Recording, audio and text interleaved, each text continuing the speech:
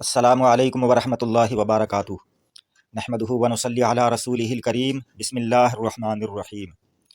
فرشتوں کے تعلق سے یہ ایسی جامع اور بہت معلوماتی حدیث شریف ہے،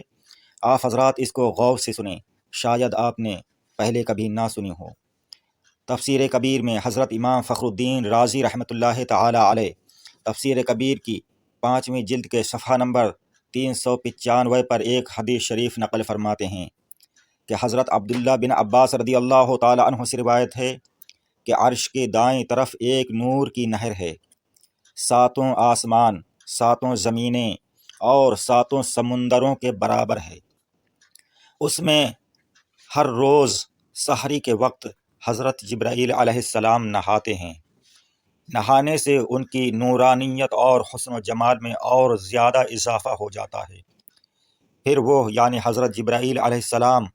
اپنے پروں کو جھاڑتے ہیں، اور حضرت جبرائیل علیہ السلام کے 600 پر ہیں، اور ایک پر اتنا بڑا ہے کہ اگر ایک پر پھیلا دیں تو آسمان کے کنارے چھپ جائیں۔ تو ان کے پروں سے جو قطرہ گرتا ہے اللہ تعالیٰ اس سے ہزاروں فرشتے پیدا فرماتا ہے، جن میں سے 70,000 فرشتے بیت المعمور جاتے ہیں، اور جو ایک بار جاتے ہیں قیامت تک دوبارہ اس میں ان کے داخل ہونے کی باری نہیں آتی۔ فرشتوں کی تعداد کے تعلق سے حضرت امام فخر الدین رازی رحمۃ اللہ تعالی علیہ تفسیر کبیر میں اس آیت وَإِذْ قَالَ رَبُّكَ لِلْمَلَائِكَةِ کے تحت فرماتے ہیں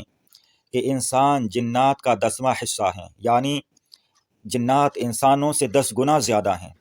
اور پھر جن اور انسان ملا کر خشکی کے جانوروں کا 10واں حصے کے برابر ہیں، اور پھر وہ تمام جانور اور انسان اور جن سب ملا کر پرندوں کے 10ویں حصے کے برابر ہیں، اور یہ سب ملا کر یعنی پرندے، جانور، جن و انس ملا کر یہ سب دریائی جانوروں کا 10واں حصہ ہیں، یعنی دریائی جانور 10 گنا زیادہ ہیں، اور پھر دریائی جانور اور یہ تمام ملا کر زمین کے فرشتوں کا 10واں حصہ ہیں، یعنی زمین پر جو فرشتے ہیں وہ ان سب مخلوقات سے 10 گنا زیادہ ہیں، اور پھر وہ فرشتے اور ان سب کو ملا کر پہلے آسمان کے فرشتوں کا 10واں حصہ ہیں، اور پھر وہ بھی سب ملا کر پھر 5ویں آسمان کے فرشتوں کے 10ویں حصے کے برابر ہیں، یعنی 5ویں آسمان کے فرشتے ان سب سے 10 گنا زیادہ ہیں، اور پھر یہ سب مل کر 6 آسمان کے فرشتوں کا 10واں حصہ ہیں، اور پھر 6 آسمان کے فرشتے بھی ان میں ملا دیے جائیں تو یہ سب مل کر 7ویں آسمان کے فرشتوں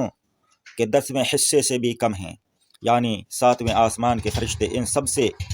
10 گنا زیادہ ہیں، اور پھر وہ بھی ملا کر یہ تمام فرشتے اور تمام مخلوق ملا کر 7ویں آسمان کے فرشتے تک ملا کر سب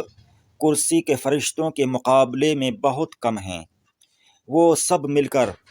یعنی کرسی کے فرشتے بھی اب ان میں ملا دیے جائیں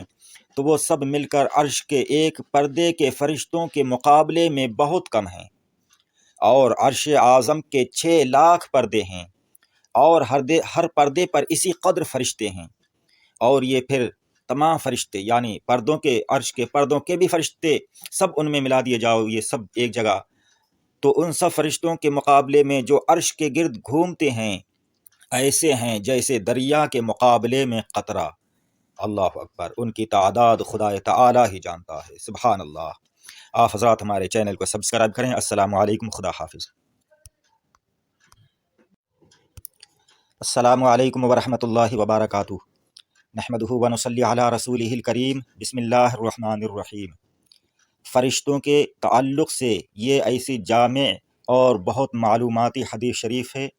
آپ حضرات اس کو غور سے سنیں، شاید آپ نے پہلے کبھی نہ سنی ہو۔ تفسیر کبیر میں حضرت امام فخر الدین رازی رحمۃ اللہ تعالی علیہ تفسیر کبیر کی 5ویں جلد کے صفحہ نمبر